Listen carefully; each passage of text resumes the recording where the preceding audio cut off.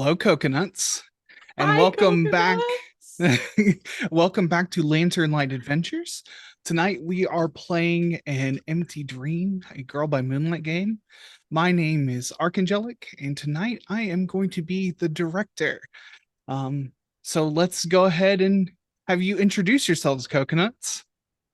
Oh God, I think it's me first. It is you first. Because we're Yes. going in true alphabetical order. My name is Chantel. My pronouns are they, them. And I play Winifred Niff Lewison. His pronouns are she, her. And in transcendent form, I am Concordia. Pronouns they, them. Um, I am playing the harmony. Woo. Okay, because it is alphabetical order, L, am next. Hello, everyone. I am Elle, and today I will be playing the lovely Cary Milan Evander Lyall, aka Lykos, who is the outsider playbook and is currently very upset at capitalism and at one of their friends for being a cog in the wheel of capitalism. And not just a cog, several gears as well. I'm a Because we're damn lever, going in, baby. since we're going in alphabetical order, I'm next. I'm Dozens. Pronouns are he, they. I am playing girl scientist and time traveler Janus Quinn. Pronouns she, her. Transcended form is Cronos. Pronouns it's. All right, alphabetical order. So hello friends. My name is Calliope Jaden. You can find me most places online as FatSapphicBro. I use they them pronouns, and I will be playing the unlikely hero Calliope Rodrigues, she her pronouns, and Verdade, they them pronouns. Welcome back to our space here at Lantern Light Adventures. This is home to all of our TTRPG and related content on Twitch. All of our games are also uploaded to our Lantern Light Adventures YouTube channel. There's a link to our link tree in the chat that you can click. It'll take you to all of our various social media pages so you can follow us everywhere we are. If you want to keep up to date on everything we're doing, feel free to also join our Discord, which is linked in the chat. We will be streaming this Girl by Moonlight game every Tuesday, 6 to 9 p.m. PST. As for where you can find us the rest of the week, on most Wednesdays from 2 to 5 p.m. PST, we stream the Old Stories, The Breathing Mountain, our Old Gods of Appalachia actual play. As a warning, this is a horror game, so please take care of yourselves as needed. Excuse me. On most Sundays from 7:30 to 9:30 p.m. PST, we stream Era of the Dragons, our D&D 5e actual play. We also record an audio cast after show for each of our games where we go over any necessary advancement steps and debrief from the game. You can listen to these for free on our Patreon at patreon.com/lanternlightadventures. All of these after shows will always be free, but we appreciate any contributions and support as it helps us continue to bring you awesome queer content. Just as a reminder, each month we take the last 7 days of the month off so that we can edit and prepare more content for y'all, as well as have a bit of a break to handle our day-to-day responsibilities. And finally, in support of a free Palestine, we will be financially supporting a family through the Pass the Hat project. More information for that will be shared once we're assigned our family. Until then, there is a donation link for Doctors Without Borders on our page that you can support in the meantime. Thanks so much, everyone. Thank you so much for those announcements. Finally, after a long break, let's get back into this. Captain Alice Ramos sits at a computer in a sparsely appointed military office. Images flash on the screen, reflected on her face. She glances nervously over the screen as other pilots and personnel mill about the space. She covertly pulls a flash drive from the tower of the computer and slips it into the sleeve of her uniform. She stands and, with all the poise and professionalism that she can muster, makes her way out of the building. She gets to the main plaza, only speaking when spoken to or nodding to others on her way out. She passes a sign near the entrance to the base, Storm Research Institute, Aeronautics Division. She gets to a parking lot and her breath relaxes a little as she reaches the handle to her modest blue pickup truck. She gets inside and takes several large breaths to calm her nerves. She isn't out yet. She drives through the gate. Guard waves her through. She's out. She did it. She begins to drive towards Santa Marta. The desert sprawled out in front of her. In her rear view, she sees a glint. Then she sees it, a black SUV approaching fast. It gains on her as she tries to speed up. The SUV reaches her, ramming her off the road. As she feels the impact and hears the crush of metal and the breaking of glass, a large coin drops out of her pocket and hits the dashboard. It rings clear as a bell and glows. Previously, on an empty dream, things continue to escalate, and you have finally found something that is close to an answer. The investigation at the old physics building yielded information about some catastrophic event happening there about 1996. And that Albert Storm, the current founder and CEO of Storm Industries, was patient zero of whatever has been going on since that day. Also present at the lab that day was Dr. Tabitha Day, Moonflower, and Dr. Agatha Vogel, all three of which were part of Our Lady of the Atom back when they were still students here at UC Santa Marta. When Moonflower was approached about all this initially, she acted strangely towards Janus and withdrew, later inviting Janus and her friends to a dinner to clear things up. You also fought Corvus and Blacktail on the beach while investigating the strange phenomena over the bay. Helping you in that situation was another young woman who seemingly knew a lot about the dreaming and the monsters it summoned, one Jordan Flowers and her pug-sized crocodile. She told you that there are many anomalies and portals and that you can do some sort of ritual to open them some, but she needs your help to close them. Nif used her connections that her apparently very wealthy parents have to get a meeting with Albert Storm. But tonight, you have decided that you are going to meet up for dinner with Moonflower. So mechanically, we're still in the downtime phase. So you still have downtime actions if there's things you want to do before you get to Moonflowers, or we can pick up there. It is up to y'all. I mean, Cary doesn't have any more left, so Cary's just hanging out. I think punching the punching bag, not doing anything mechanically. I'm trying to decide if Nif wants to spend time with Cary or not. Only you know the answer to that. Mm-hmm. I mean, I Chantel am scared, but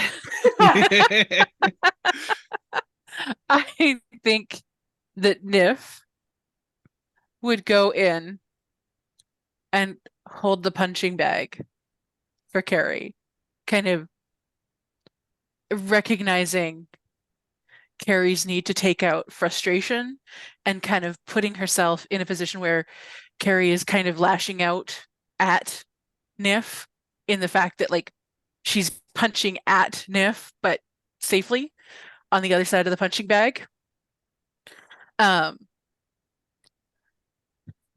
So yeah, just kind of being there around Cary, trying to like be present but not push anything. Cary starts hitting the bag harder. Not enough to actually hurt Nif physically, but enough that it is noticeable.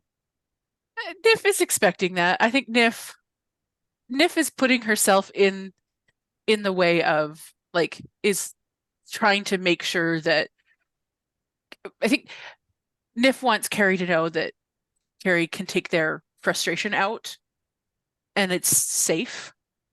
Like, yeah, I know you're angry. I know that this was a shitty revelation. And you have every right to be angry. And I'm here for your anger. And I am here to take that anger. I think they only do a couple of punches and then they kind of stop, look Nif dead in the eyes, and then turn on their heels and start stalking away. What, you don't want to talk about this? There seems to be a lot that you didn't want to talk about. I assumed that wouldn't change. I know you're angry. Why would I want to talk about this? my parents are awful, and I am a massive beneficiary of an incredibly corrupt system. I don't want people to know that. It's shitty. I know my parents are the shittiest of shitty. I try to mitigate that where I can, but there's nothing that I can do that takes me out of that system. So instead, you come just and don't punch me. tell people. Yeah, I'm of not course going to punch you. come and punch me. Why? Why do you want me to punch you? So that you can Because- sue me and get more money? No, because you're angry with me and you express anger through physical means. You know what? I need to learn how to fight. I need to learn how to punch better. Teach me how to punch better. Spar with me. Practice your child sparring, teaching, everything. Sparring is an act of trust. You don't have that. I And trust Cary you. leaves.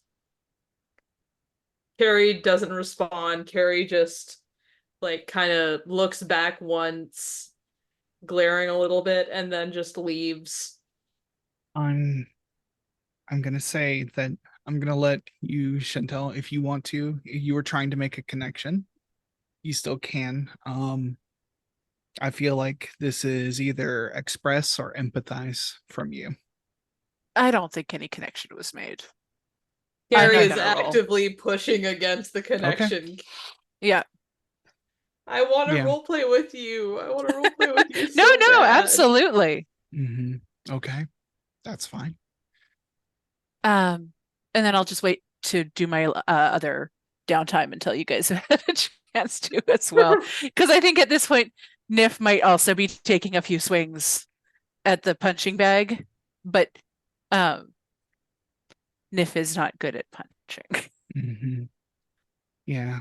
Kai is in the room and says like tries to gently help you, but like did kind of overhear that exchange, and so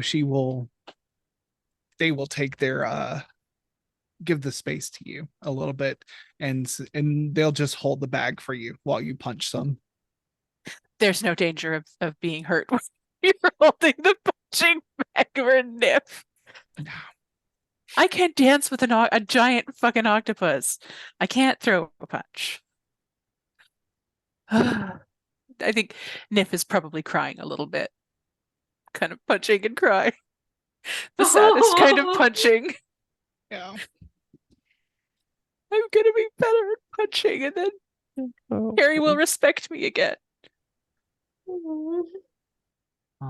What is Callie and Janus, what are you up to in this time you have before meeting with Moonflower tonight? So unsure of where to go or what to do, because like, we're all in this space together. And it's hard to figure out if everybody just needs a minute by themselves. So I think Callie is processing and trying to figure out what the hell to do. Totally reasonable. I'm gonna mark a stress from that. Okay. Yeah. Listen, director, I am stressed. Okay, I do have another downtime action. If kind of we want to move forward with that. I think after so one of the next spaces after the healing space in the hideout is the garden. I think that after some sad punching, Nif would kind of go off by herself and be like, well, I guess it's time for me to have a space for me out here. And we'll start working on the long-term project to put together a garden. Absolutely. Let me make sure I remember what role this is. I'm gonna have to relearn how to play myself. Let's see. Roll an appropriate action. Yeah. Do downtime. Make a connection, work on a long-term project. Yeah. Roll an appropriate action. What action would you like to take to start to work on this clock? I will say that the garden, what does gardening give you? The garden. Clear one stress after rolling obligation. You've already done a lot towards this. So I'll say that this is just a 6-segment clock to fill. Okay. I none of the stuff that I have is good for this. So, I mean, my top is empathize, but I could do flow. Um, Mhm.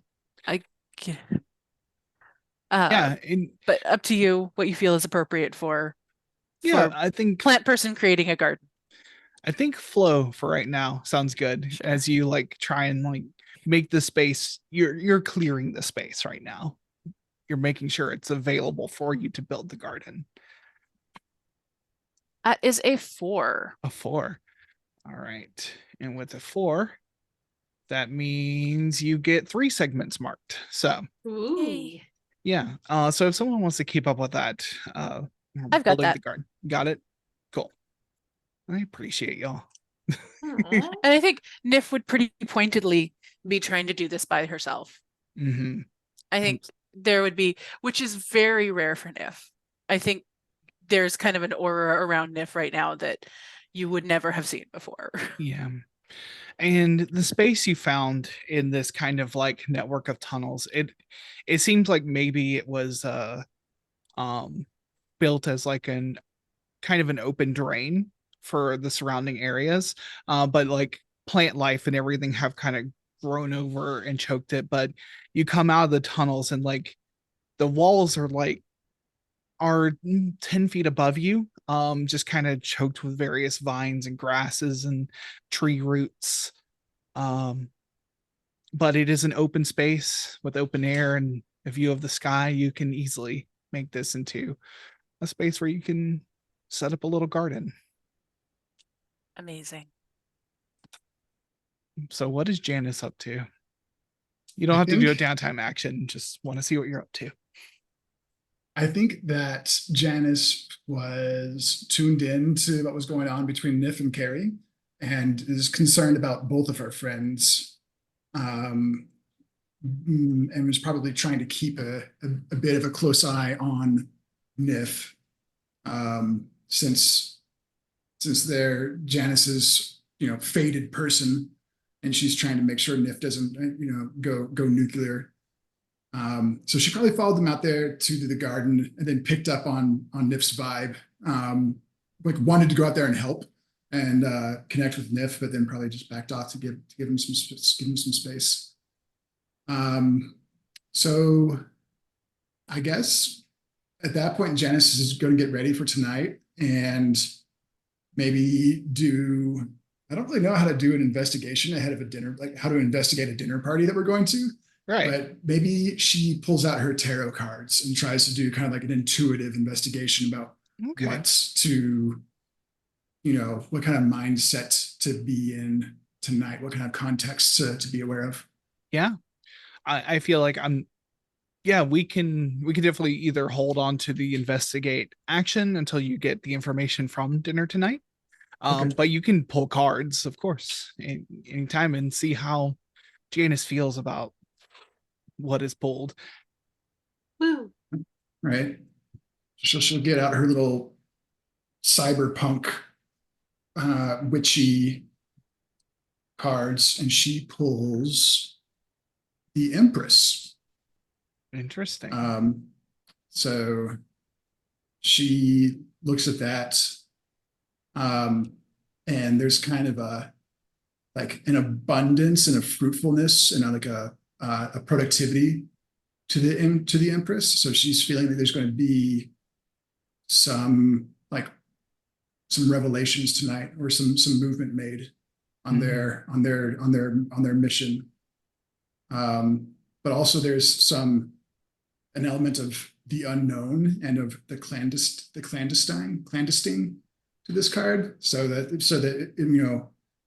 she expects it to be a fruitful conversation, but that there may be so it may be a difficult conversation. There may be some subtext there. Mm-hmm. Absolutely. Well, yeah, the group seems a little fractured at the moment, but you all have things to do. You all have somewhere to be. You all, in your own ways, gather each other, assemble your rides to. I don't know if you all just ride with Cally or what? Is it the most uncomfortable drive through suburban Santa Marta? I think Cary takes their motorcycle. Mm. Fair. I think Niffa takes her own car. Ooh. Oof. So it's just Janus and Callie in the car. Yep. And Janice turns to Callie and is like, "Can you still do that flying thing?" Only when transcended. Okay. Can't use it as a taxi service, unfortunately. Maybe one day. This is going to be a really awkward dinner. It's gonna be so awkward. Yeah. Like it was already going to be a little bit awkward already, and now it's going to be really, really awkward. Should we like play man? Do you want to take Cary and I'll take Winifred and just try to like keep them away from each other? Yeah, well, yeah, we'll try to do that. Just each of us keeps an eye on one of them, and oh man, hopefully it goes okay. Who do we think arrives first here? Cary Niff. on the motorbike. Oh, Like, Niff in the car. Who speeds the most when mad? Yes. Niff has, it's not a fancy car, but it is a very good car. Mhm. And I think Niff is very familiar with this area and Yeah. is probably, I think my guess is Niff and Cary probably get there at a very similar time. I think that if Cary sees Nif's car like pulling in, they do a couple of like circles around the block. Mm-hmm. Yeah. You hear loud music coming from Niff's car. Loud, What sad is it? music. I need to Oh, know just what the song is. probably a lot of Marina. It's just Ooh. a lot of Marina coming from the, from the car. Just like putting on some makeup and, gaining her composure and like compartmentalizing. Yeah. Moonflower's house is a pretty modest, just working class home, single level, has a like a open metal carport instead of a garage. Overall just a very modest home, painted this a faded shade of purple. It looks like it was maybe painted 30 years ago. And you see that Moonflower's car is there. There is, of course, it is an old, what's the model? I'm thinking it's like an old Saab, and it has a coexist sticker on the back and all sorts of there's like pinnacles and everything, just like hundreds of stickers, national parks, like all sorts of things, just all over the back of this vehicle. The lawn is slightly overgrown, but you can see that there has been multiple attempts to make a raised flower garden in the front that have been are in various states of being tended to and abandoned throughout.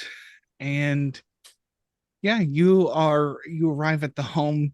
Niff, you pull up. Cary, you do a couple laps. In fact, I feel that Janus and Callie, you drive up, you see Niff's car is already here. You see the back of Cary doing a lap away, and you figure you don't know if Cary is just decided to leave. You don't know what you're coming up to. It is. I would like to know Cary is blasting Queen. Absolute full volume. Absolutely. Yeah, you all get out of your vehicles, I assume. Mm-hmm. Yeah. As Cary makes the lap back. Yeah. Moonflower comes out onto the small front porch of this home, and she says, "Oh, good. I thought I heard you. Come on in. Come on in. Good evening, Dr. Day. It's a pleasure to see you. Please, you can call me Moonflower. I'm not going to, Moonflower. Dr. Day. I respect that. But you can if you want to." Janus goes up and like she and Moonflower like touch palms and like do a little thing. Then she follows her into the house. Yeah, and like the first thing you see in the little walkway is like a big sign that says "Blessed be," and like there is every corner of this home has something on it. A little tchotchke, some sort of weird witchy thing. There are cloths draped over furniture. It is almost Victorian in how much like every space has something. But this is just a modest suburban home that she has just made feel comfy. It's got enough room for you to move about, but it doesn't feel like if you needed to set down something, you don't know where you would set it down. Little statues, little seashells, things from various trips. But she invites you back. She says, can I get you anything to drink? Or also I forgot to ask, is everyone okay with vegan food? Of course. Okay. Yeah, it's fine. Cary looks at Janus with the biggest puppy dog eyes. Janus like just kind of like placates her and like it'll be okay. And water is fine. That would be amazing. Water, I don't usually have sodas and everything. I bought sodas. I wasn't sure what everyone liked. Oh, I'm sure we'd all be very happy with whatever. We're just really happy to be here. Yeah. And she like invites you into her front room, which is her living room where like there is a small TV from the 90s in there. But it's mostly bookshelves. Simultaneously just it doesn't seem as you look through the shelves, it doesn't seem to be any order of anything. There are novels and mathematics books are well above like most of your levels, maybe not Janus's, the girl genius. So also like just put in with all these new age kind of books, all sorted through this. And there are also little tchotchkes on the shelves in front of the books. And I love her. yeah, there's just a love seat and another seat, another single seat in this living room. The love seat has a clearly like hand crocheted like Afghan tossed over it. The throw pillows are have dragons on them. And yeah, she invites you to sit and she says, there's some things steaming still. I also forgot to ask, is anyone allergic to gluten? We're having buns. No, I'm good. Sounds amazing. I don't think I'm allergic to gluten. I would have died by now if I was. You've had so many things with gluten. I think you're probably fine. Yes, I suppose you do know everything. You were raised with some great tutors, weren't you? Don't worry, you would know if you were allergic by now. I But think we're all good. she brings you all water. She says, yeah, make yourself at home. How are you all doing? I'm sorry, I don't entertain very often. Usually I try to keep socializing to my work at the university. Don't bring too many people here. So sorry about all the mess. No, It's it's fine. beautiful. I love your house. And I love the gardens out front. What are you growing? Oh, I tried to grow tomatoes several times. And I realized that I am far too busy to maintain most plants. Currently, mint has completely taken over one of the boxes. But who doesn't love mint?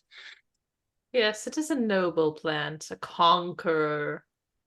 That's a good way to think about it. It's a resilient plant.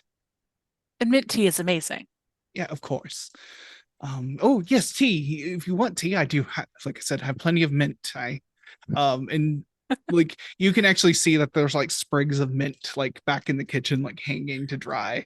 Um, she says, Okay. she kind of like flits in between, and so she says, she kind of like yells back from the kitchen. She says, "It'll be just a few more minutes." And you hear like something clang and fall. Um, Do you want a hand in there? I'd oh be no, happy to help out. no. You are my guests. Please I mean, relax. just because we're guests doesn't mean we have to be, useless. She says she comes out and she like dusts. She's wearing like a big long cardigan. Um, it is it's just gray and has like kind of nice cable knitting and stuff. Her hair is completely down and wild. She is wearing a big pair of glasses, and she has the jangliest earrings and like 14 bracelets. Um, she put on her best jewelry for you to be here. So She's so nervous. Love it. she invites you back to the dining room. And you can tell that like the dining room is mostly used for grading students' papers, which she has tried to carefully box and set aside in the dining room. But you can kind of get the picture that like this table isn't used much for eating as so much as it usually just has stacks of papers on it. But she brings you back to the dining room area, and she brings out a bamboo steamer, puts it on the table. There are sides of various greens, peas, and large. She brings a bowl that has rice in it with a serving spoon in it. There are places set for all of you. She opens it up and they are buns. There's also plates of tofu that seem to be in a some sort of like spicy sauce. You can see the chili on it, kind of cut, fried, and marinated in this sauce. She says, "I hope everything is to everyone's liking. Please, enjoy." And yeah, there's It smells amazing. Thank you so much. you're welcome. You're welcome. Oh, So do we do information exchange after or while we're eating? I feel like that would be a bit messy. yeah. Yes, about that. I figured it was best to no one when Janus came to me, I want to apologize first and say I'm sorry for being evasive about what was going on. No one has asked about the incident for a long time. But I worry every day about Albert since that day. And if you, it sounds like you got involved in something bigger going on that I'm not sure what exactly what trouble you've gotten into. But if you're asking questions about this, I feel like I should give you all the information I have. I'm going to do this as kind of a narrative. So, 1996, Santa Marta, California. You see the lab in the old physics building. It's full glory, fully operational. There are students and interns and professors, notably Dr. Vogel. Dr. Vogel is setting up a device in the room. She's looking it over. A young Dr. Day, a young moonflower, steps in. I mean, these are adults. They are professors here together. They are setting up for some experiment. She comes in, tenderly grasps Agatha's hand, and says, "You think it's ready?" And Agatha turns to her. She says, I don't know, but I think Albert said he could only be in town for a couple days more, and it's important we get this data. At least try. I mean, we can always try again later if it doesn't work, but if it does work, and if he's right, if I'm right, and you've checked our math, if we're right, this is huge. And Moonflower kind of looks, she says, it's a little scary though. Moving someone's consciousness from one place to another, that's not something anyone's tried before. And Dr. Vogel says, well, doesn't mean we shouldn't try. And Albert's offered himself as a test subject, and it's ethically dubious, but we got to try. I just imagine the cutaway to Cary being like, what? Cary's like, Cary audibly at this point goes, no, that's not how that works. Moonflower says, I look, I may not remember all the details. I'm sure we did our due diligence, but that's not the important part here. And we go back into the scene again. And Albert comes in, he's 30 years younger. And he says, all right, I'm ready to strap in, let's do this. Agatha says, okay, we're going to be behind the shielding there. Will you be able to see everything? We'll be monitoring from there. We'll have you hooked up, and we see the device. It's monitoring wires and everything that go into the safe room, but there's a device that goes around the head. It has various leads and electronics. There's monitoring equipment in the room here, but a simple chair sits here, plastic chair, probably just pulled from one of the other rooms. And they strap in Albert Storm into this and go back, and Agatha presses a button and says, okay, we are powering up, and things begin to whir. Albert says, Agatha presses the button. How are you feeling, Albert? Albert says, nothing yet. And then things start going off the charts in the monitoring. The lights flicker in the building. Agatha, one of the instruments spikes, and Agatha immediately hits an emergency stop. And she says, no, that's not right. No. Albert, after seeing it go stop, he says he is visibly angry. He looks to them. He says, why'd you stop it? Agatha comes out from behind the shielding. She says, I'm not going to risk killing you. The levels were all too wrong. Maybe we need to rethink the hypothesis. Maybe we need to put you to sleep.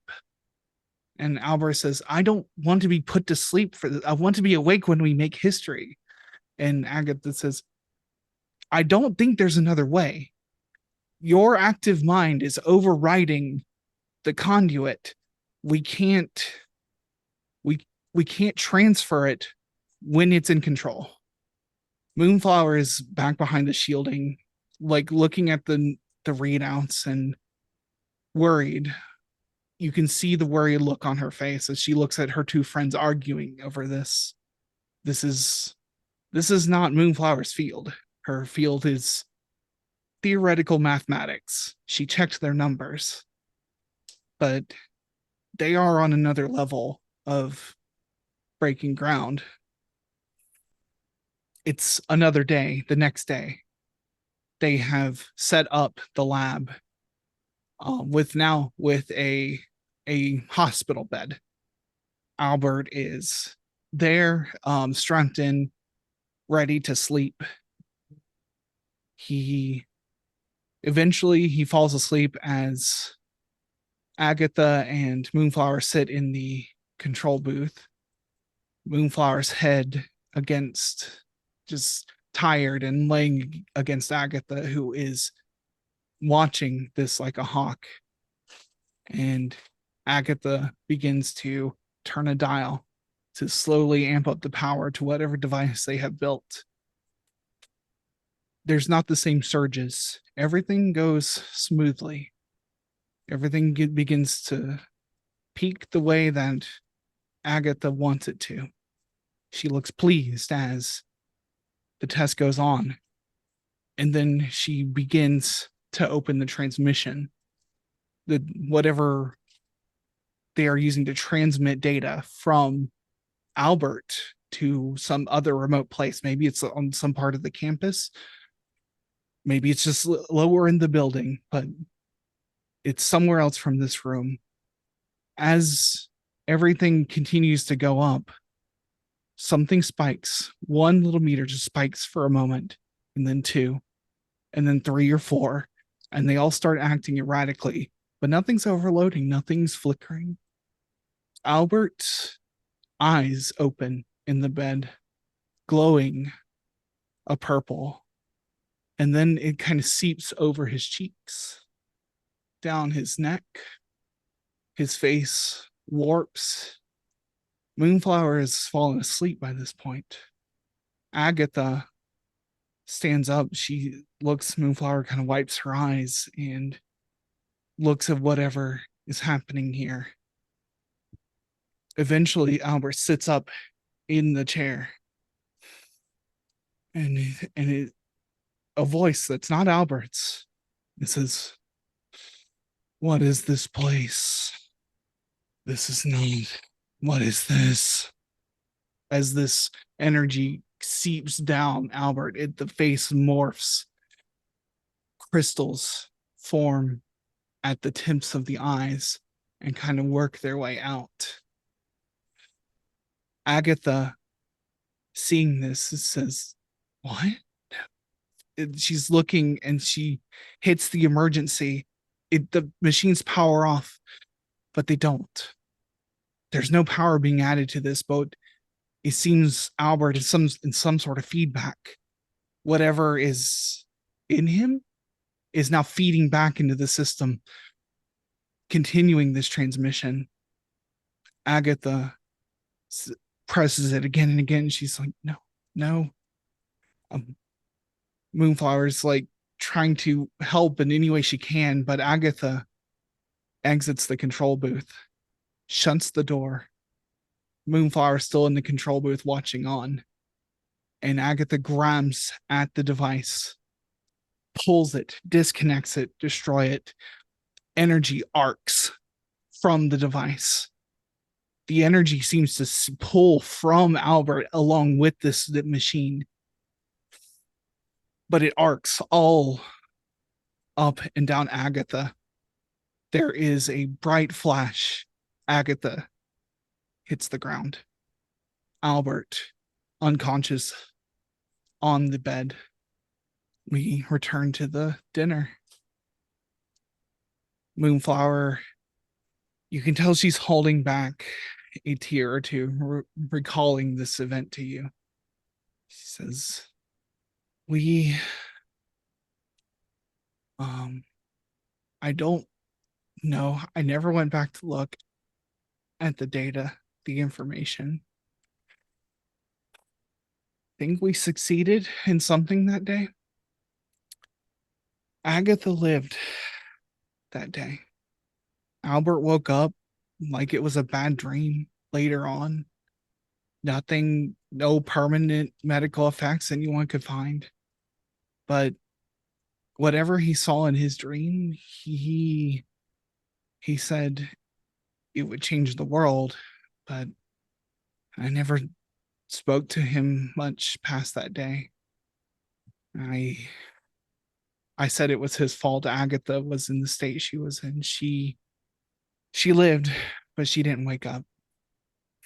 She lives in a facility not far from here. I see her every day. The times were different, and me and Agatha, we would be married if that was the way things were back then.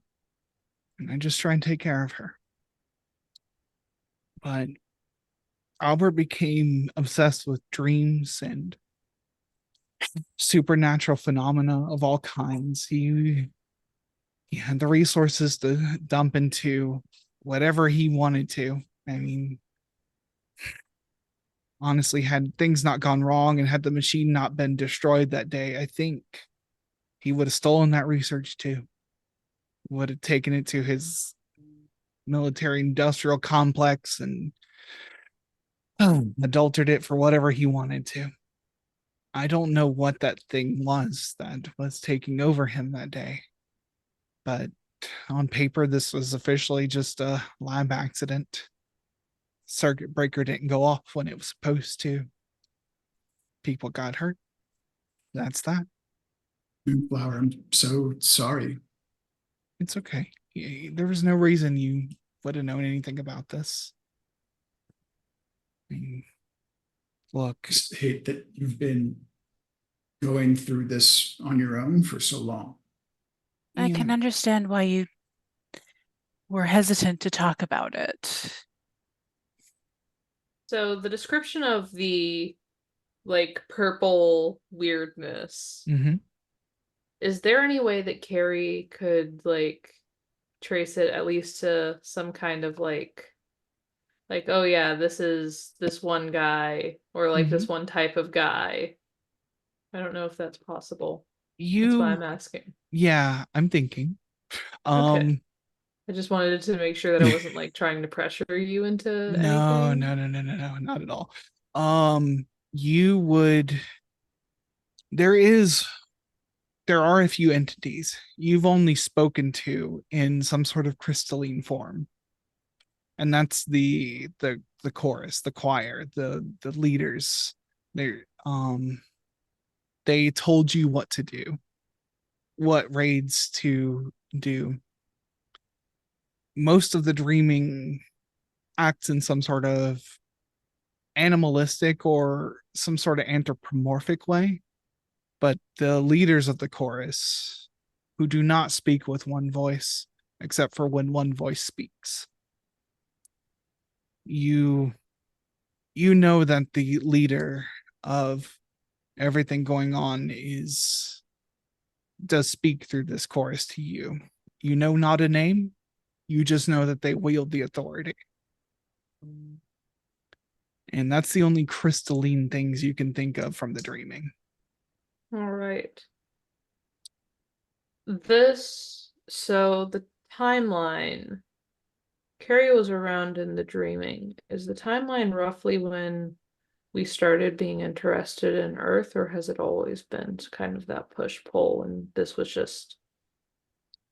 It's odd because from your perspective, everything in the dreaming has been set up for as long as you can remember to be connected and interested to the land of dreamers.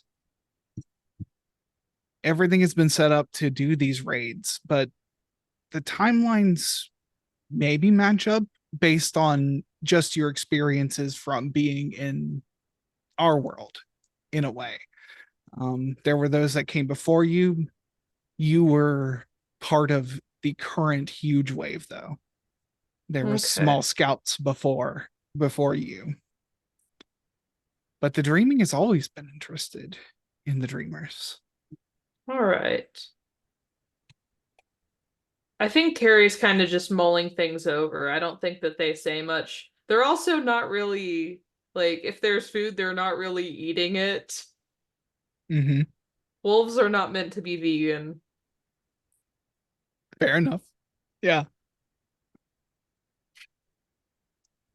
I think Nif, seeing that, would try and also eat Cary's portion. Like if Cary's not taking it, Nif would like try to eat for two so that it doesn't look like somebody hasn't been eating it. I'm gonna roll to see how Cary responds. Not Cary from has... Cary's plate, just like taking it extra from the serving stuff. Okay, not from Cary's plate. No, I'm not stealing from Cary's plate. Just seeing like, you know, Cary has taken a little bit and isn't really eating it. So like Nif is making sure that it doesn't look like people were being picky. Mm-hmm. Moonflower says, I have actually thought a lot about that day. I never looked at the results, but I don't, I didn't, the math wasn't quite caught up to what Agatha and Albert were up to. And I maybe didn't help them in the way that I should have. I didn't have the tools necessary to check their work. Computers are a lot better now than they were then. We did have them, but now have access to a lot more. And none of that is on you. You know, you did what you could. You were a good friend and they had things they wanted to do. Look, I appreciate what you're doing. I will say that I'm an old lady at this point. I can live with the decisions I've made through my life. And I don't want you to feel the burden of dealing with an old lady's troubles. But that's not something you need on your spirit. I I thought maybe this would be a cautionary tale, but I honestly don't want to put that on you either. That seems a little authoritarian of me. We're hard to caution. Yeah, I feel that Janus has enough caution for all of you. I will specifically do the opposite out of spite. I appreciate that spirit, and I hope you have a friend who is willing to tell you when you've gone too far. I have Janus. That's all I need. Janus reaches out and pats Cary on the leg. This is delicious. Mm. Thank you. I got most of these recipes. I studied for a few years in China, at some engineering schools there. It was a wonderful time. Enjoyed the food Amazing. and the people. My Mandarin's a little rusty these days, but If you have them written down anywhere, I'd love to get copies. yeah, absolutely. She actually pulls out like a little index card box and she kind of thumbs through it, like looking down through her glasses. Like And Nif would like take pictures of the cards and give them back to her.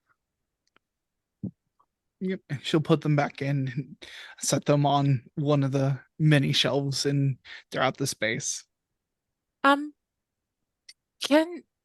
Is there any like bills or like some, you know, mail from any facilities, long-term care facilities anywhere around that I can see, that Nif can see? Yes. Yeah, there's what is it? Oh yeah, there is you can see like amongst in the boxes, she has like these bank boxes that are full of like student papers, but it looks like she also just like took mail off her table and shoved it in there too. You can see bills from a Sacred Heart hospital, their long-term care department. I think under the table, trying not to like have anybody see, Nif is texting like her mom's assistant to try and set up payment, like taking over payments on behalf of Nif's like charitable organization for Dr. Vogel's care. Just Okay. like, you know, something that can't be traced back to her, but like to alleviate the stress for Moonflower. She's like, oh, I don't know how this happened, but like trying to make sure that nobody else sees.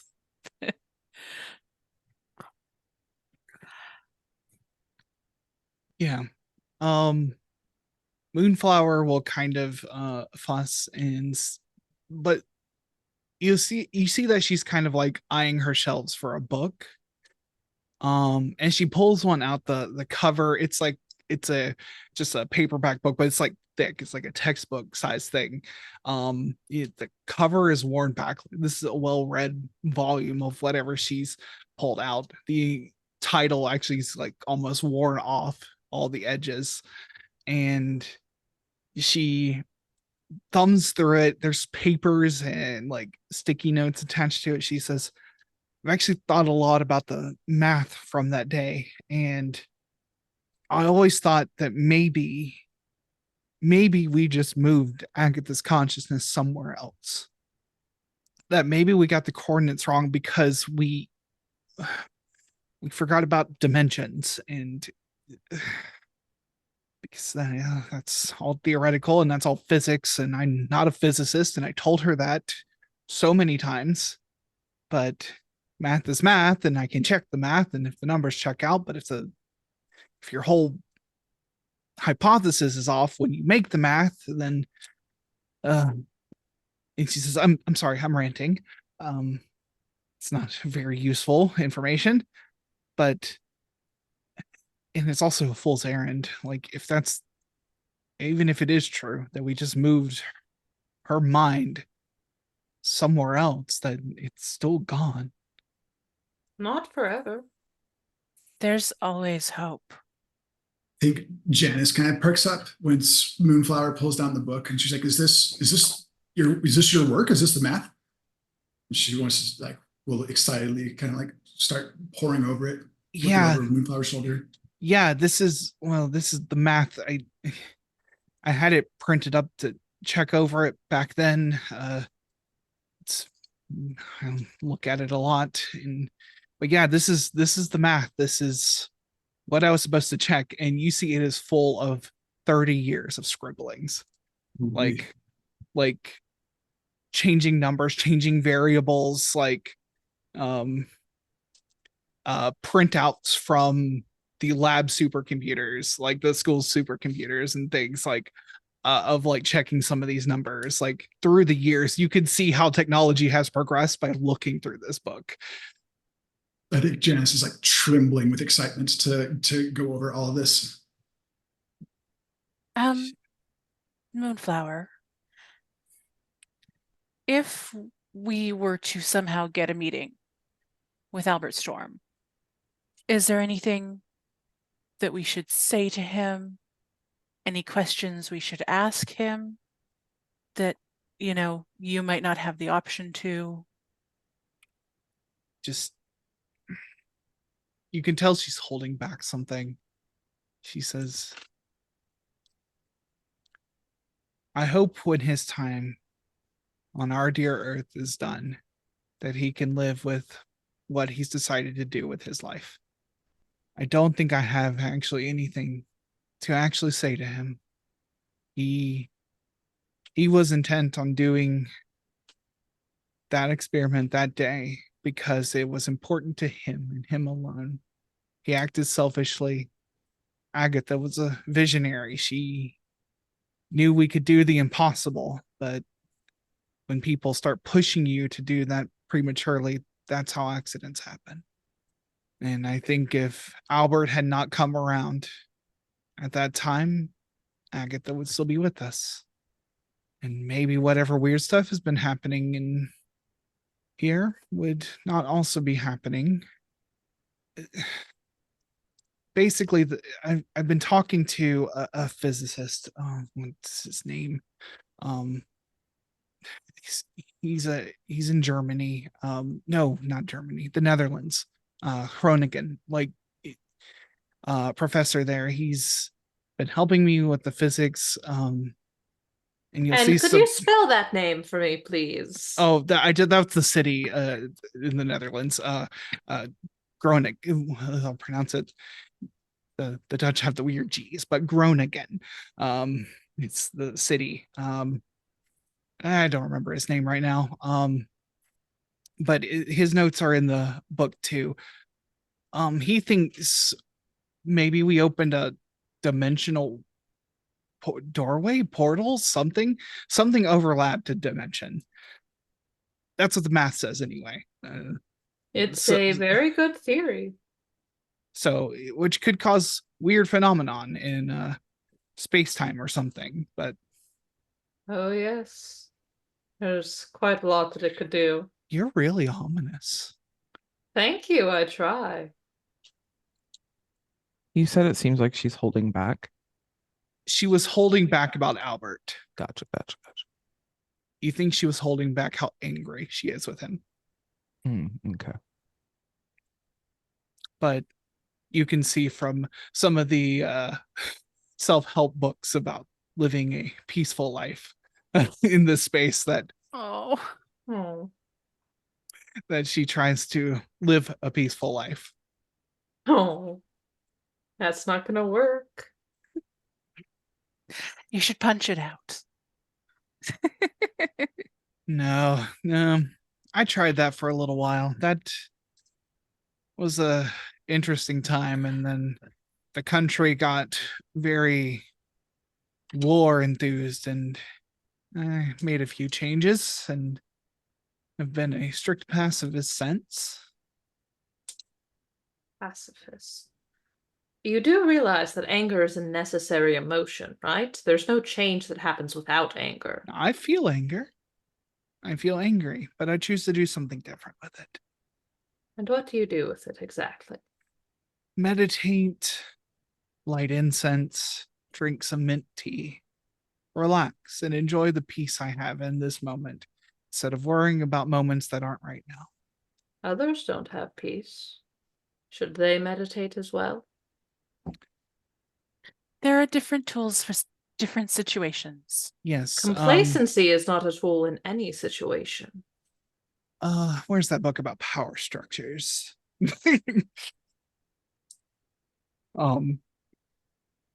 There's a difference between what we can do as individual people and what we have to come together and do as a society and with systems, and they have different tactics. I'm not personally convinced that violence is an answer on any of those levels.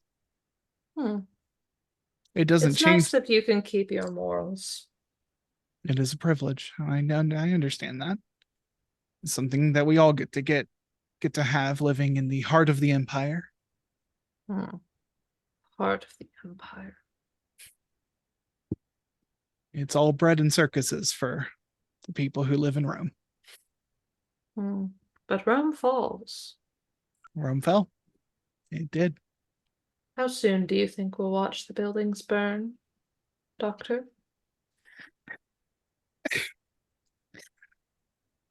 Nif is over there just like 1,000 yards staring into her plate. Just like a little bit of an eye twitch.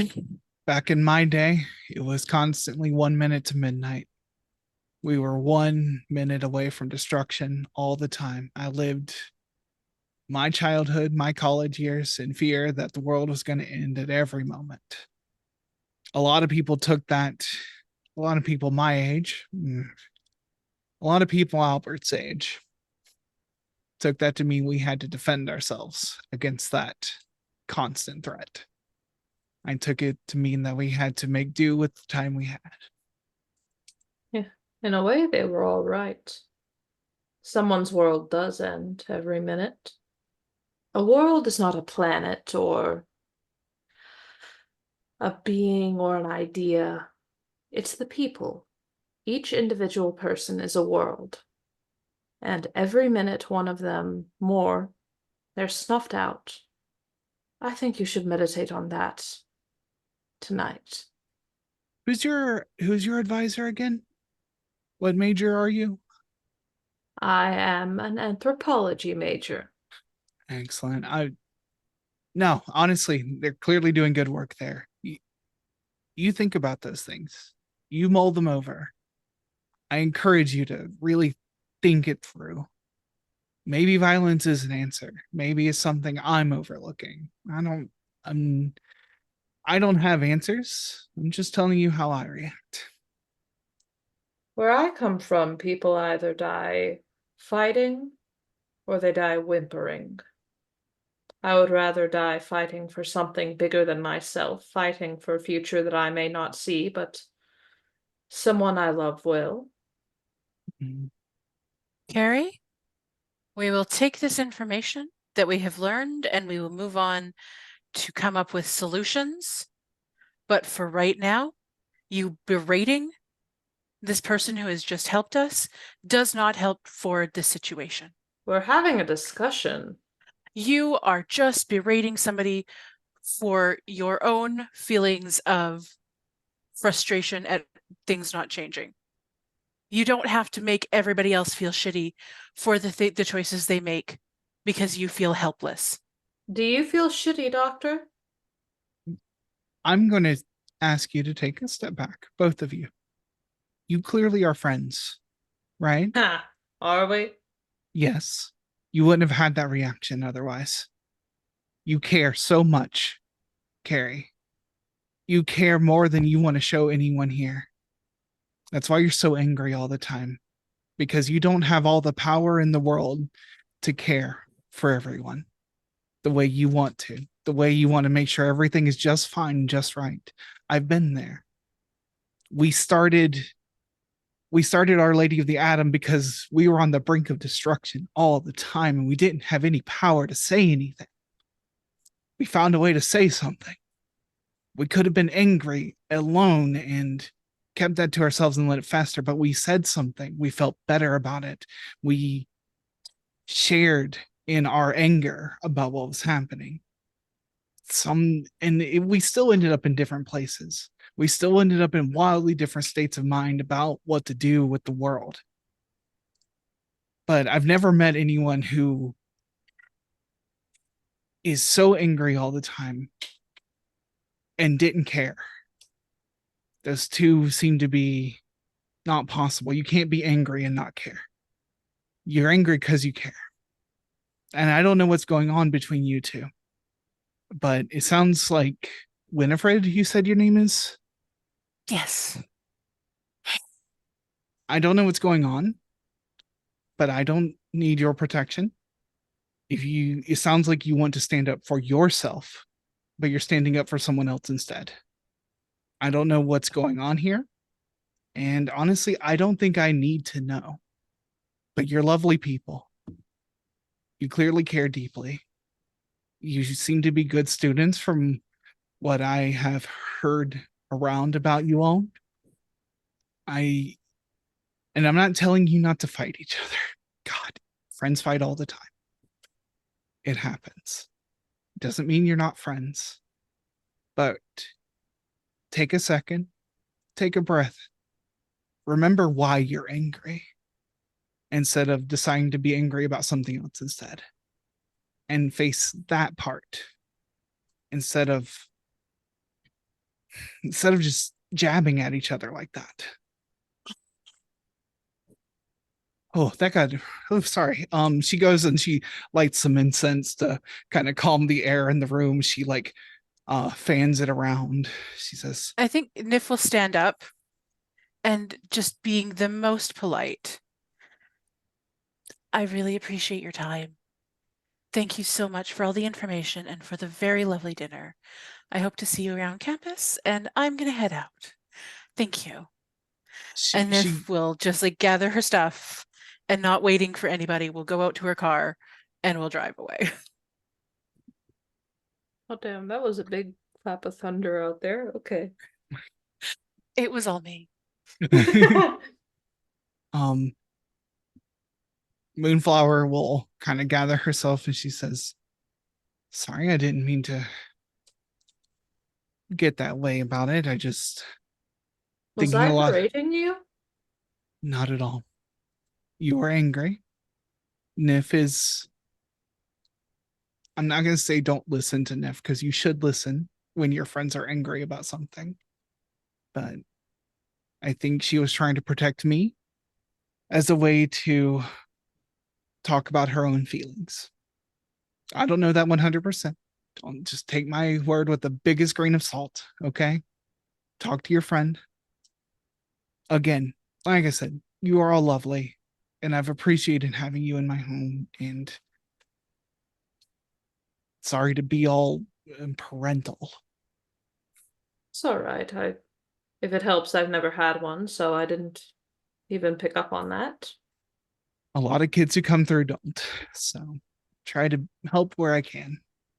If you need anything, if you need me to talk to any professors on your behalf or anything about stuff, let me know. Also, if you if you want to visit Agatha, you're welcome to do that when I go see her. I'd like to. Clearly, whatever happened that made you ask questions, you're now involved in the threads of her life that got cut short a little bit. So I want to see her. yeah. Like I said, I see her every day. But general visiting times are earlier in the day. So I'll let you know when those are. I'll send you an email with that information. Yes, the electronic mailing system. It's important to me as a faculty member to know that you know how to access your email, right? I am aware of how to access the electronic mailing system, yes. Okay. I don't like it any more than you do. Janice showed me how. She's very helpful. Janice is very helpful. Yes. It was, but yes, it was lovely to meet you. You're welcome. If there's any of the food left, you're welcome to take whatever you want. Thank you. Of course. I figure vegan was the easiest. I'm usually just a vegetarian myself, but truly try the tofu. It really has a very meaty texture, especially when it's fried like that. What's the difference between a vegan and a vegetarian? No animal products at all. No cheese, no honey, no milk, no eggs as well. That feels counterproductive. The animals overproduce quite often. Yeah, And but bees are in a symbiotic relationship with humans at this point. I've studied that. I know how bees work. oh no, is this professor going to radicalize Cary? Yes. She's going to hand you a book on veganism and animal cruelty. Cary tilts their head a little bit, looks up. What about the people cruelty? That's a different subject in the library. So We don't eat people either. Well, no, obviously not, but does veganism while helping animals harm people? I mean, they have to get all of these products from somewhere. these are good questions. Read the book and see if it enlightens you. I have so many questions constantly. Good. That's what you're supposed to do. You're supposed to always be asking. Never take anything at face value, Cary. I try my best not to. Should I take that at face value? She laughs. She for the first time she like belly laughs about that. She says, I don't know, but keep that attitude anyway. Also, Cary, you can eat some of this and then still eat whatever meat you want to eat later. You might like something. Yes, but if I don't like it, then it's going to be in my mouth forever. Not for forever. It's going to be in my mouth for several hours, and I'm going to taste it, and it's going to be very unfortunate, because if I do not like it, I will go every time I close my mouth. We'll just get you something that you do like afterwards. I'll just go Okay. to Arby's. That's yeah. Yeah. They do have the meats. They definitely have the meats. Yeah, but Moonflower will give all her mathematical notes to you, Janice, and she says, just return it to me at school when you're done. I will. Thank you. Cary's kind of So like much. peering over Janice's shoulder. They don't understand any of this, but whatever Janice does, they like to do as well. And as you all kind of filter out of Moonflower's home for the evening, we're going to go ahead and take our break. So Woo, break. yeah, we will be back here in 10 to 15 minutes. We'll see you soon. Go coconuts. Go coconuts. Go coconuts. Hey everyone, welcome back. You all just got back left Moonflower's home after she gave you a lot of information, a lot of insight. But again, Moonflower doesn't really know what's fully happening, and you kind of do. So, what We're are you not going about to tell her. Yep. What are you going to do with that information? As we are still in downtime. I think Cally has downtime activity, and so does Janus. I'm going to investigate that book. All right. Yeah. Go ahead and give me an analyze roll. Yeah, will. There's no way I can assist, is there? Um, If I take think 2 stress, can I assist? if I have- you, Stop it. I mean, strictly speaking, I believe the answer is yes, because I believe y'all took the ability to do that. Let me just double check the roll 20 here. Let me check the sheet y'all did of what powers you have. Why did I close it? That was a mistake. Okay. Also, isn't assisting just a thing we can do? Yes, but you do have the ability that you are never alone. You can use teamwork regardless of the distance separating you. When you assist a teammate from afar, ask that player one question about their character from your gather info list. But yeah, I think if you don't have a link to spend with that character, you have to do the You- 2 stress thing. You do have to do the 2 stress. All right, I'm down to do the 2 stress. Let's go, baby. I want to help you get these answers. okay. So that is an additional die on the roll. Woo! I am 2 away from my eclipse. Let's go! Love to see it. We haven't even done the mission. Got I a know, I'm 6. so excited. You got a 6? Okay. Yep. That Beautiful. is oh right, this is the investigate. So that's going to fill out the track for sure for investigation. Which is good because it goes down by half after the end of your mission. So what I'm trying to remember how many questions you get for this. Again, we are all relearning the game. Gather information. There it is. Mhm. On a 6, you get 2 questions and a follow-up from your gather information. Okay. I kind of like what's different about it this time. Because I feel like we're kind of like going into this area that Storm and Vogel and Moonflower have already kind of explored like once back in the 90s, right? And we're kind of like trying to dig up this same kind of space. So what's different this time? What's different this time is so based on the timelines that you know and the timelines that you've kind of gathered from Kai and Cary and all this information, it seems like whatever happened in the 90s was just first contact, but things didn't start amping up till fairly recently. Like you didn't start seeing anomalies and phenomena like this until about when you were created. But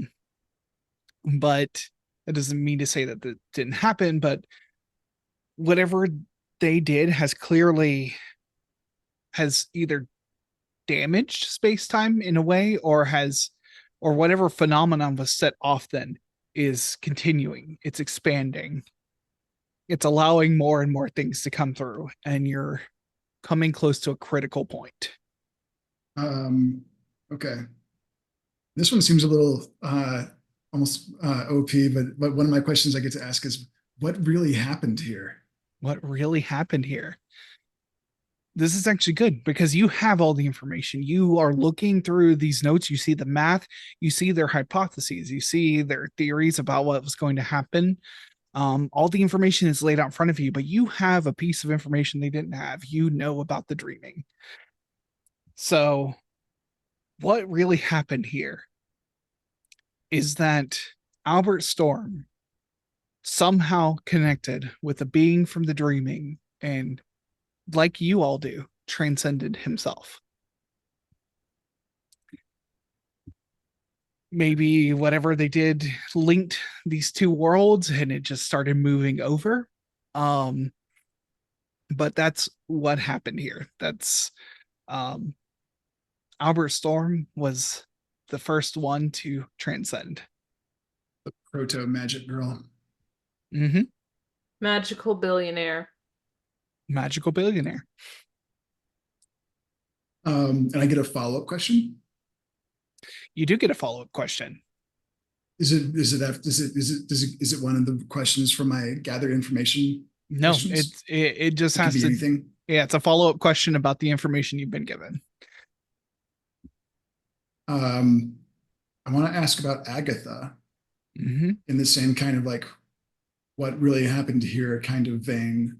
Like Mhm. what do I think happened to Agatha when like Storm bridged that divide and transcended? Well, She's still out there. yeah, you think she's still out there. Kai looks like her. Her visage is the same visage of Agatha as like you've determined from seeing the archival stuff. Kai said that this is the visage of the conduit. So what happened to Agatha? Her consciousness was removed. It was sent somewhere else. And it seems that as far as the dreaming is concerned, Agatha's what's keeping the door open.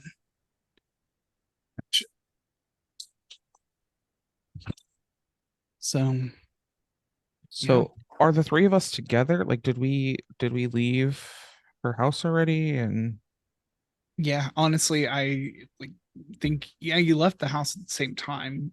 okay, Nif left earlier slightly. Right. So Mm-hmm. Are we back in kind of like nebulous downtime? yeah, we're still in Space. nebulous downtime space. Yeah. Okay.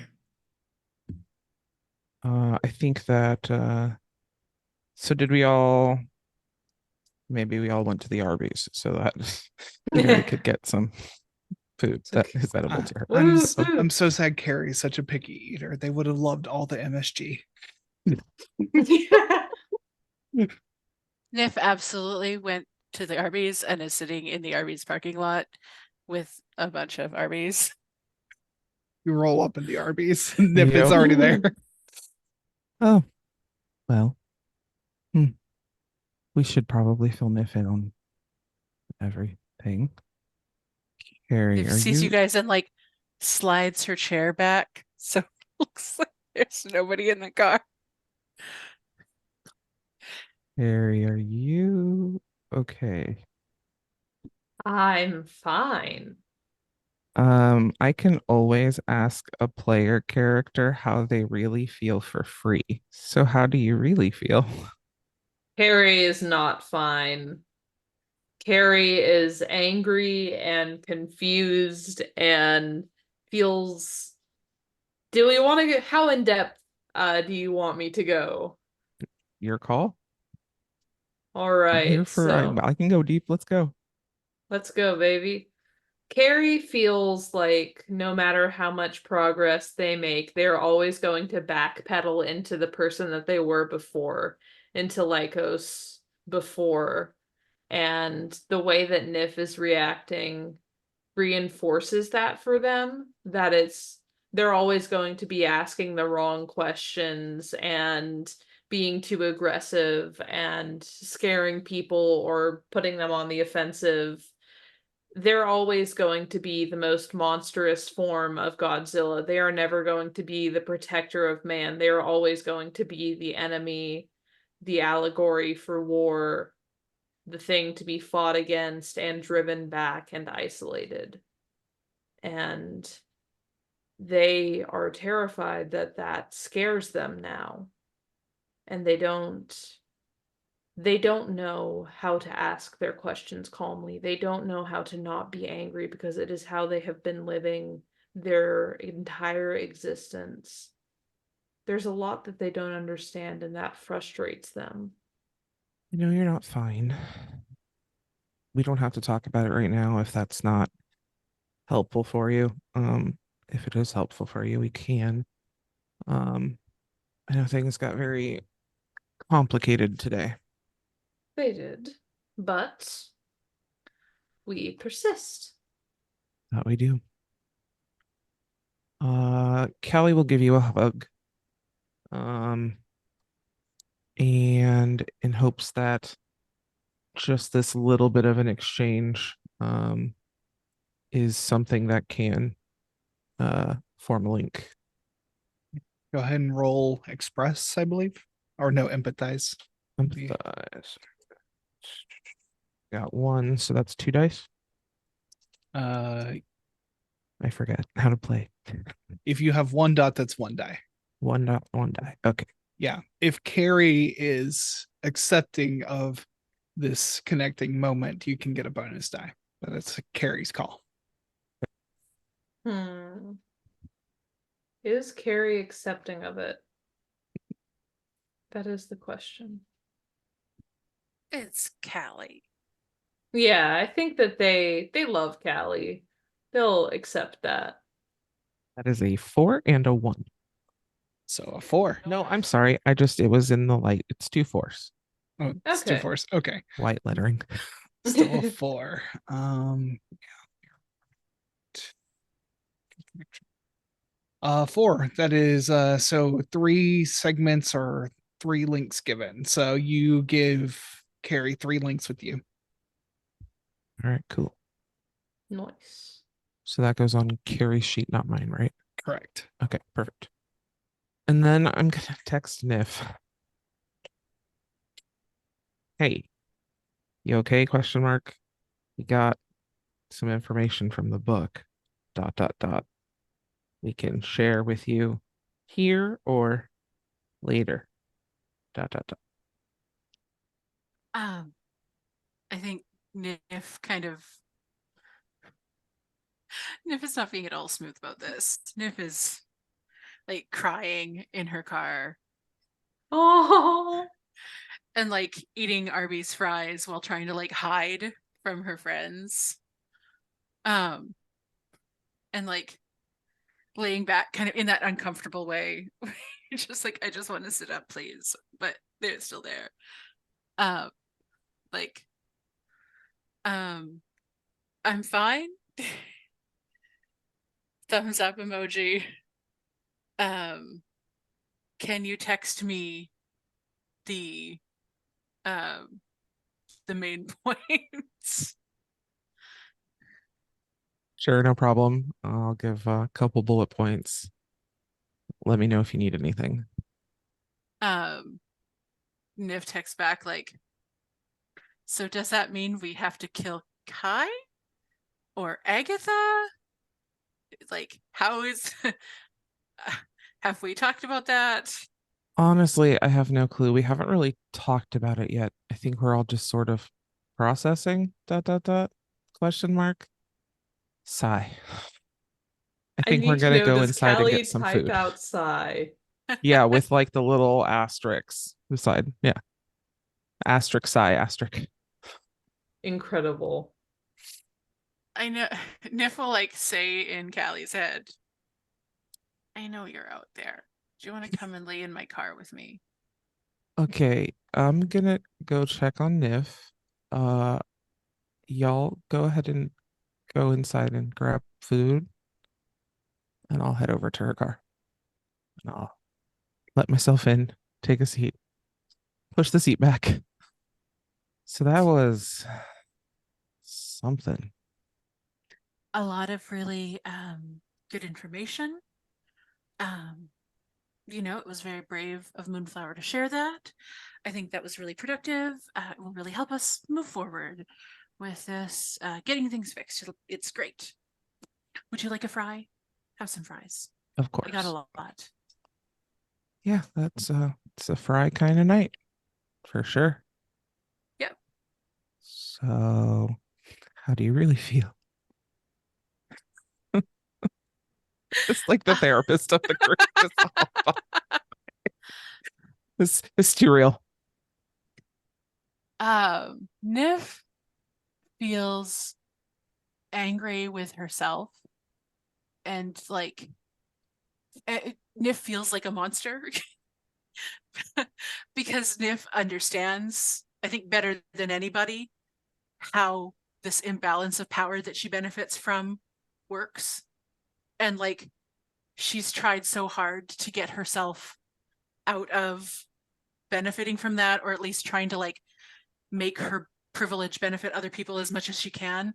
But she's fully aware that like she and her family and like all the people that she knows and has grown up with are the problem, are these awful, awful, monstrous people perpetuating a terrible system. And like, she doesn't see a way out of it to not be this like monster that consumes everything. You know, just like, there's no way I can not benefit from this privilege. And I hate it so much, but I also don't know how to live without it. And like, there's nothing I can do that will shut the system down.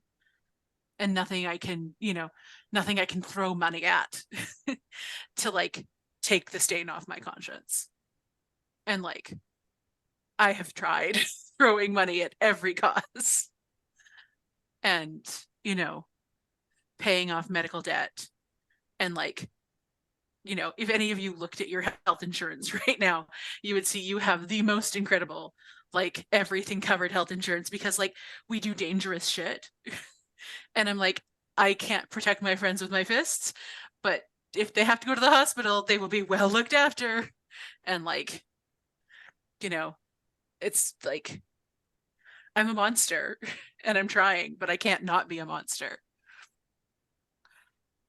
Thank you and Cary are more similar than y'all would like to realize. And I think maybe we need to go into the training room and yell about it a little bit. And maybe you can both get out your feelings, because eventually we're going to have to fight something, and we can't have y'all fighting each other when we're trying to fight something bigger. Also, I mean, I don't want y'all to like hate each other. We're family. I think that if Cary can focus on hating me, it makes her stronger out there. I think that she really pulls some strength from hating me. And I mean, she does so much. And she's so fucking strong, and she overcomes so much. And I feel so shitty about getting mad at her. If hating me makes her stronger, I can take that. I can be the thing that she hates. I just don't think that that's helpful. And I don't think it's helpful to her or to them in the long run either. I think it is going to be better for them in the long run and for you in the long run to be honest with what's going on and work it out. Because we have plenty of enemies and we have plenty of things that are super, super valid to hate and be pissed off at. And I just don't think it needs to be each other. But like, it's right for her to hate, them. It's right for them to hate me. Like, they should hate me. I mean, they can be mad, they can be upset, they can be frustrated about the situation, sure. But I feel like you're doing a lot of the right things, not to like say that, it takes away everything, but it's, you very much could be someone who just continues that cycle. You could, I mean, plenty of people do. That's why the system persists. But I think that you do a lot to counterbalance some of that. And if more people in your situation did things like that, then maybe we could get somewhere better collectively. My parents pay a lot more taxes than they think they do. Oh, good. See, I think if Cary could understand how much you covertly fuck over your parents, that maybe they would understand that you're trying. I mean, they've done plenty of things that they regret. We all have. Yeah, but my very existence is something I regret. Like, your very existence keeps us alive. So please don't regret that. I wouldn't have made it this far without you. I love you too. We're going to figure it out. I think we just need to have the hard conversation, and it's going to be uncomfortable and awkward, and nobody's going to love it, but I think it will come out the other side stronger and better for it. And it would be better for us to do it sooner and on our terms and not in the middle of some godforsaken, I don't know what the hell the world's going to throw at us. It's fucking scary out there. Truly. And just getting scarier and weirder the more that we learn. Yeah, that was some deep shit that we just learned. Yeah. I'm kind of reeling about it. I don't even know where to go from here. I would like to not be a hero anymore. Yeah. I don't know that we get that choice at this point. Again, being given power we didn't necessarily ask for or deserve or earn, but now we have the responsibility of doing something better with it. Okay. My back is starting to hurt anyway. Yeah, let's go get a milkshake.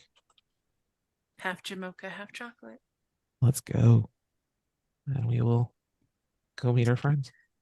Wiping the tears. Like, Nif is going to be as strong looking as she can be. She's like Fair. powdering. I'm fine. I'm great. It's great. Head to the Arby's. All right, you head into And- the Arby's. Go ahead. Oh, I was just going to ask, like, what has Janus been doing?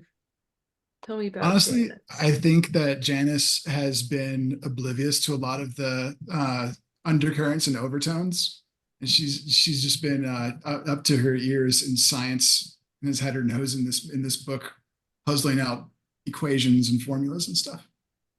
Cary's like right next to Janus, just so when you say that this number is equal to a divided fraction, how do you divide a fraction? Yeah, and then Janice is like super excited to explain it, and she's like, "Oh yeah, like you take the reciprocal and then you multiply them, you get the cross products, and then but then she kind of like loses her train of thought as she moves on to the next thing in the book, just like moving super fast." Yeah, y'all are having this moment. I wanted to back up. Nif, did you want to take a moment and use that moment between you and Callie to make a connection? I know you hadn't used your downtime actions yet.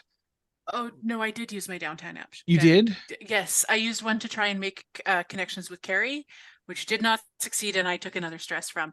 And then I started off the garden. Right. Okay. Yes, I started my long-term garden project. Okay. Oh yeah, I had Yes. taken the Cary thing as like that was just not a downtime action. But okay, I got you now. I mean, I Yeah. had intended for it to be a downtime action. Okay. So I'm happy to stick with that. Okay. And then Cary said, "Ew, gross," and left. Totally fair. Just wanted to be Luckily, sure. Yeah. Nif still has 2 links with herself. Yeah. Oh, so you're in the Arby's. The edges of your friend circle is a little bit frayed at the moment. Yeah, you still have the offer from you still offered to help Jordan with the closing one of the portals so that her and her community can have a safer place without monsters. So that is the mission ahead of you. Christ on a cracker, sorry. Knocked my phone off the stand. It's okay. So yeah, you're in the Arby's. Is there anything you're welcome to take the space, or we can move to the mission and do our engagement roll. It's up to you. I think Cary's just having a great time listening to Janus talk about science stuff.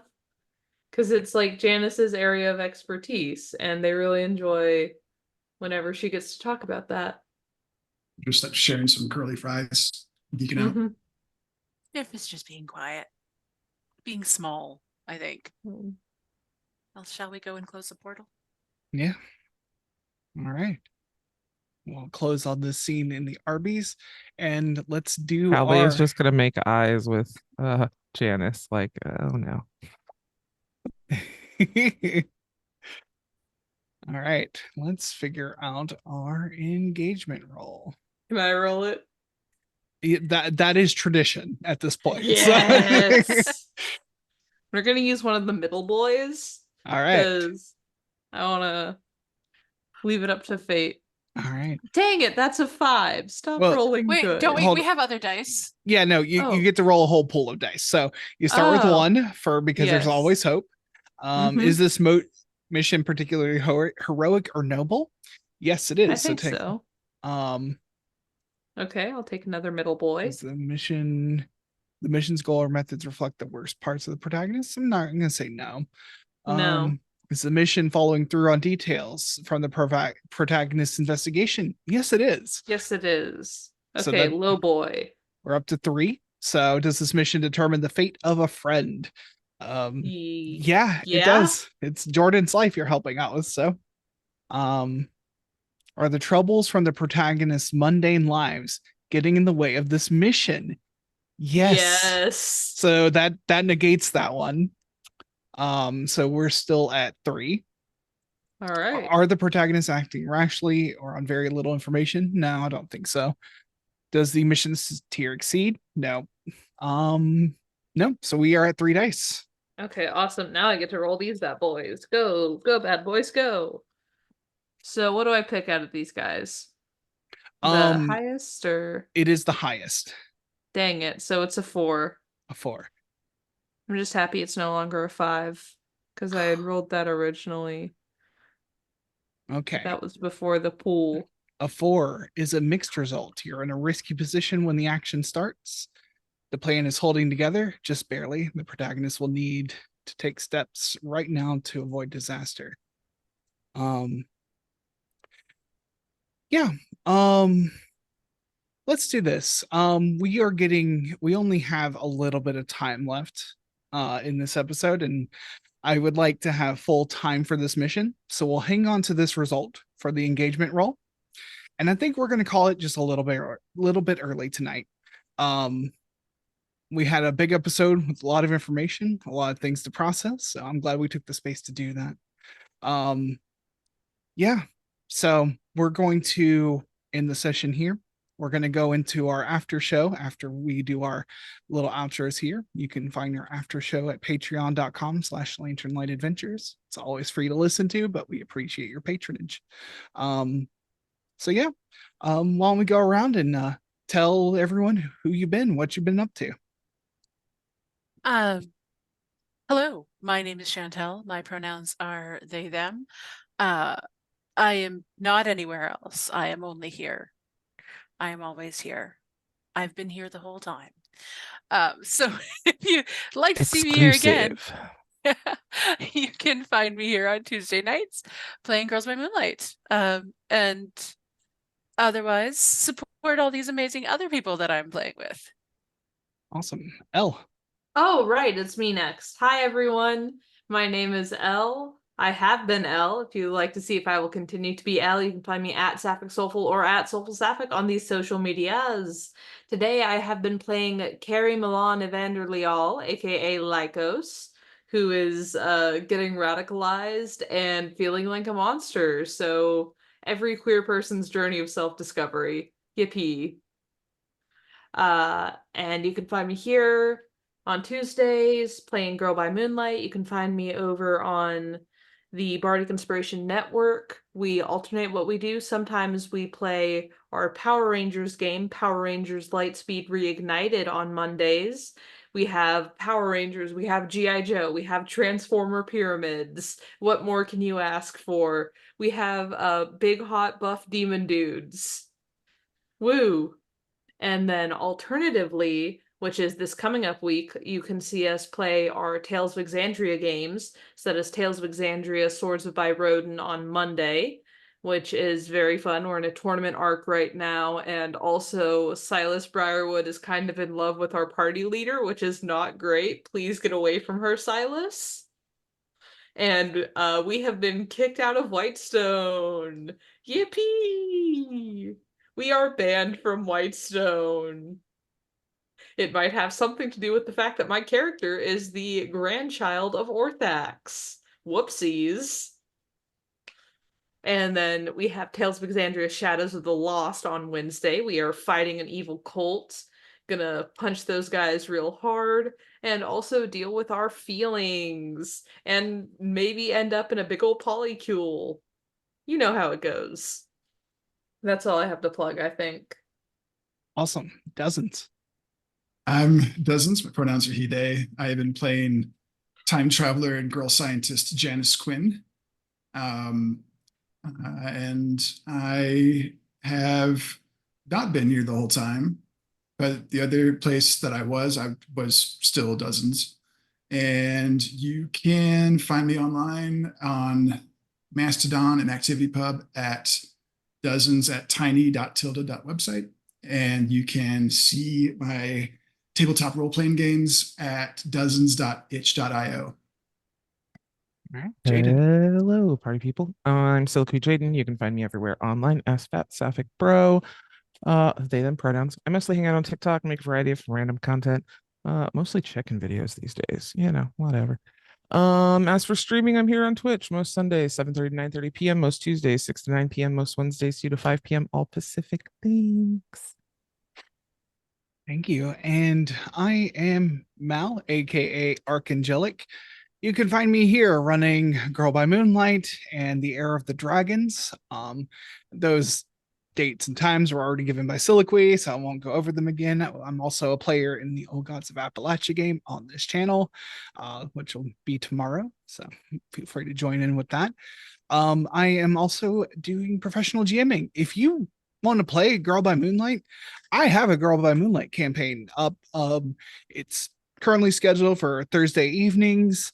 We will be playing a kind of anime inspired mech space adventure. So if you're interested in that, I am at startplaying.games/GM/archangelic.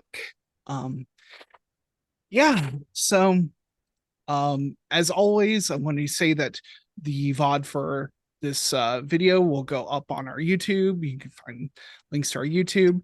We're about to go in our after show again. Our after show is on patreon.com/lanternlightadventures. Always will be free, but we appreciate your patronage nonetheless. Oh, I want to say thank you to these wonderful players for joining me. Thank you for everyone who came and joined us on this journey. And as always, well, wait. I want to thank Polly, our producer. We could not do this without you. Thank you so much. And as always, we love you. We hope to see you next time. Go coconuts. Go coconuts. Go coconuts. Go coconuts.